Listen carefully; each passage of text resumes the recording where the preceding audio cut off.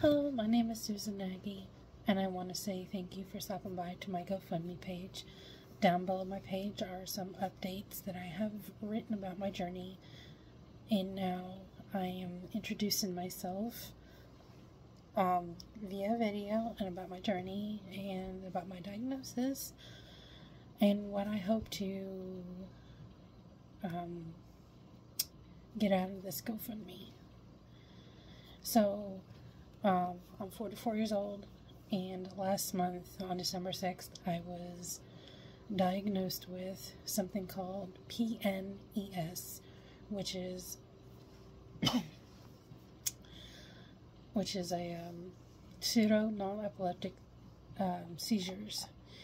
PNES is not called by abnormal brain activity.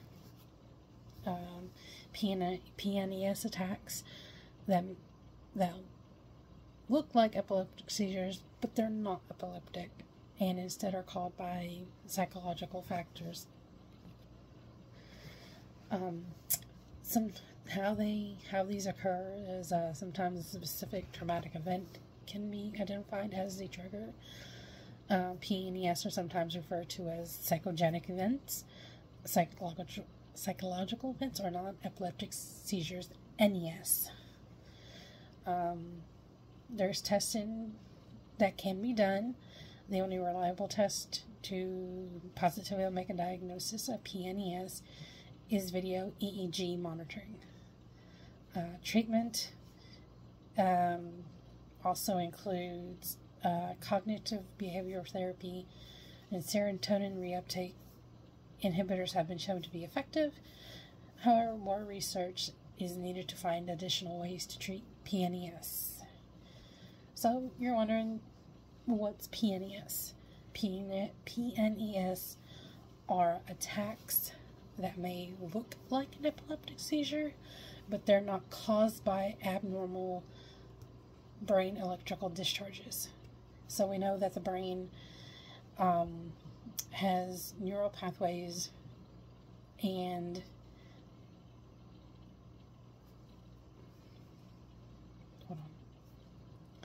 they need electrical impulses between, the nerves, and that's how they work.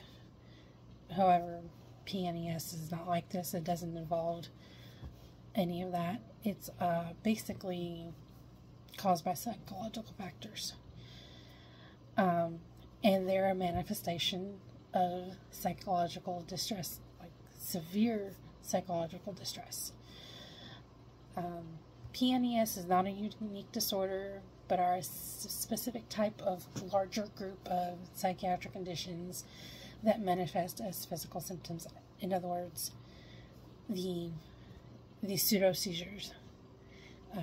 You may or may not get to see some of these as I'm doing videos, but I want to let you know that these are real and not fake.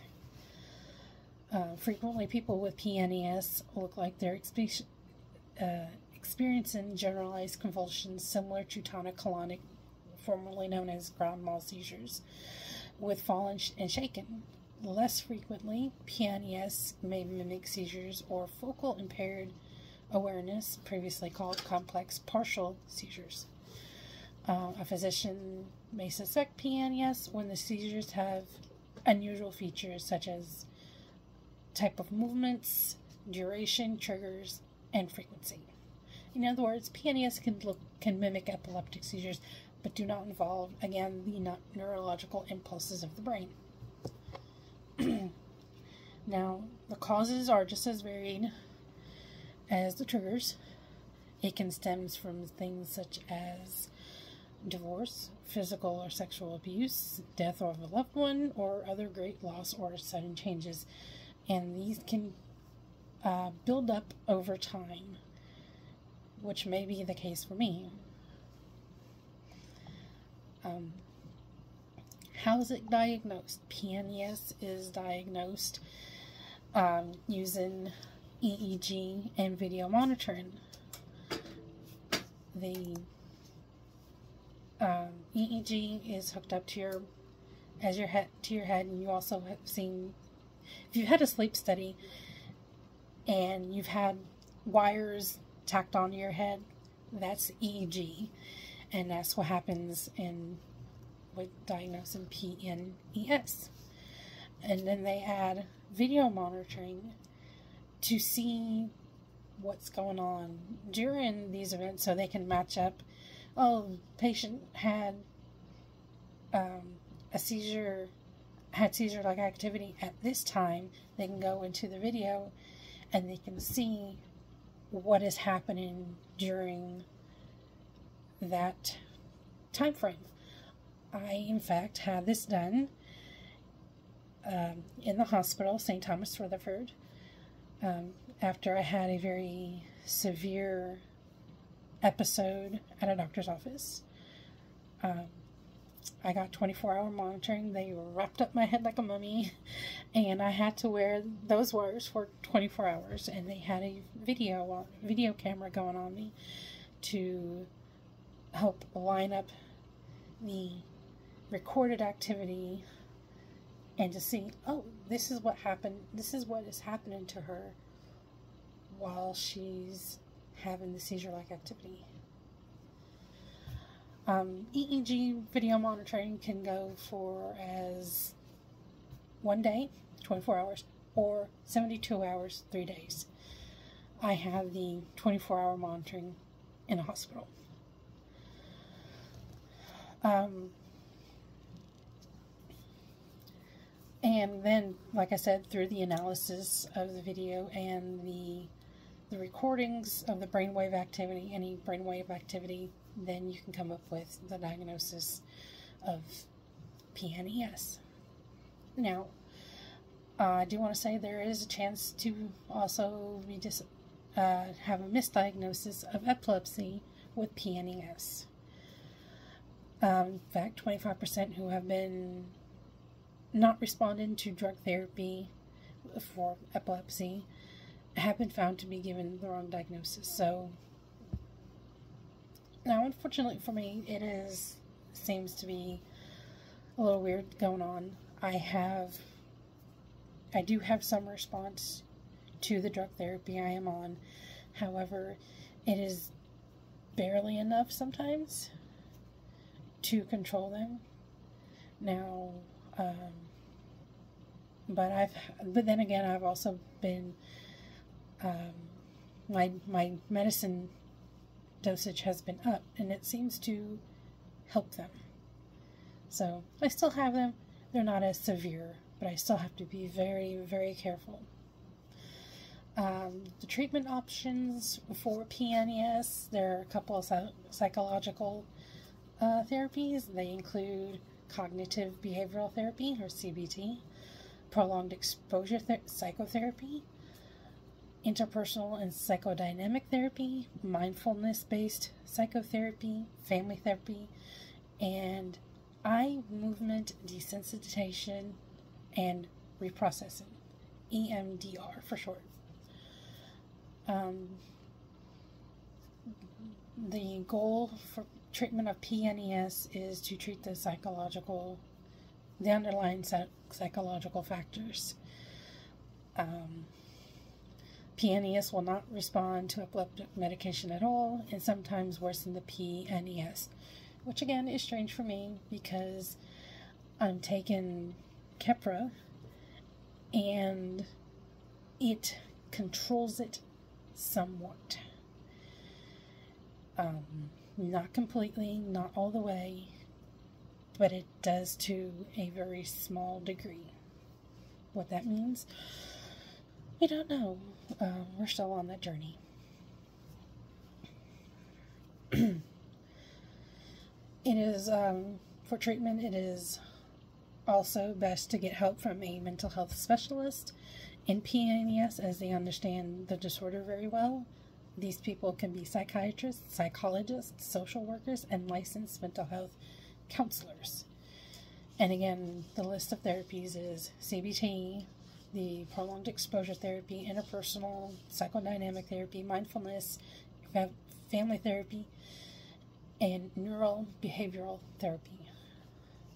The prognosis for my PNES, we don't know. The prognosis, because the prognosis varies from person to person. Some people respond very well after, get better after getting their diagnosis. Some people need more, like the therapies mentioned before, and those with severe forms, which is what I might have, it can take significantly longer, and it can take a long while. Which brings me to why I have this GoFundMe. My symptoms shot up rapidly last year around Easter, and it was so bad that my doctor put me on a temporary medical leave for a month to get the ball rolling on everything. But then I had a severe episode in the waiting room of my neurologist, and he put me on medical leave permanently. That means I can't work, I can't drive. And because I can't work now, and I can't drive, which leads me to here. I have lots of bills from not only from being in the hospital, but from the ambulance rides that I've had to have.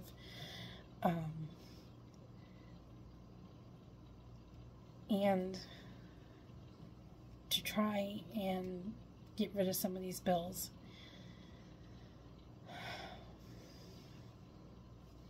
it is so hard on me right now.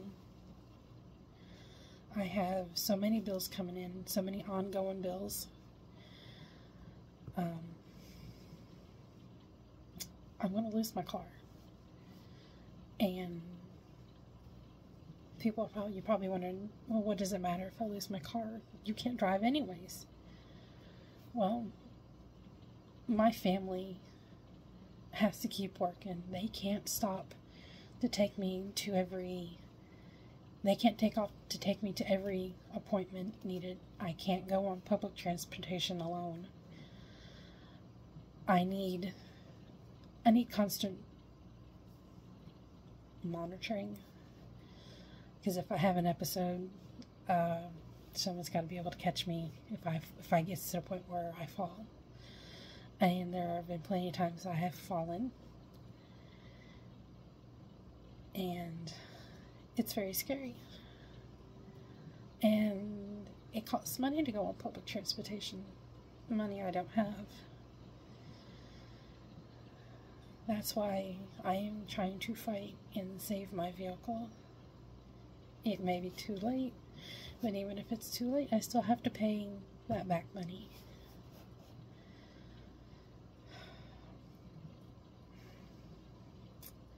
My mother, who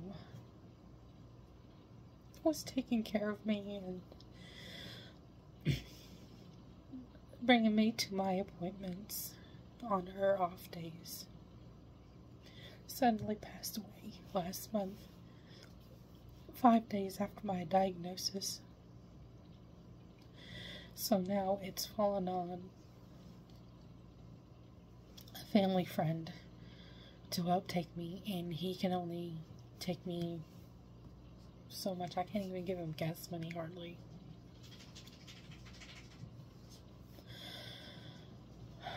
So I'd like you to stick with me. I'd like you to help if you can. It doesn't have to be a very large donation at first. Every little bit helps. $5, $10, $20, whatever you can give. I'm not asking for a whole lot from you all up front. I am just asking for some help. Help to get me out from underneath these bills, from being in the hospital, and hopefully take care of some everyday expenses, give gas money to my friend to put in my vehicle to drive me to my appointments. I understand if you can't. And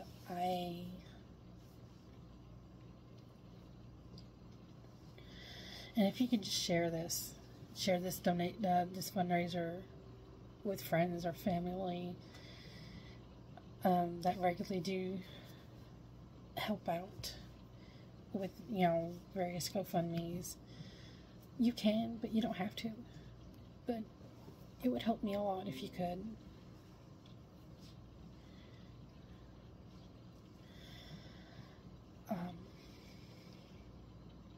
Anyways, I will be posting more videos. It's going to be about my journey to my diagnosis in December.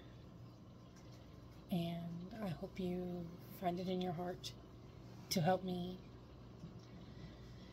I hope either by giving yourself or passing my fundraiser on to somebody who can help more. So I just want to say thank you right now. And I hope to see you next time. Like I said, I want to be making a series of my journey up until December, which is when I got my diagnosis.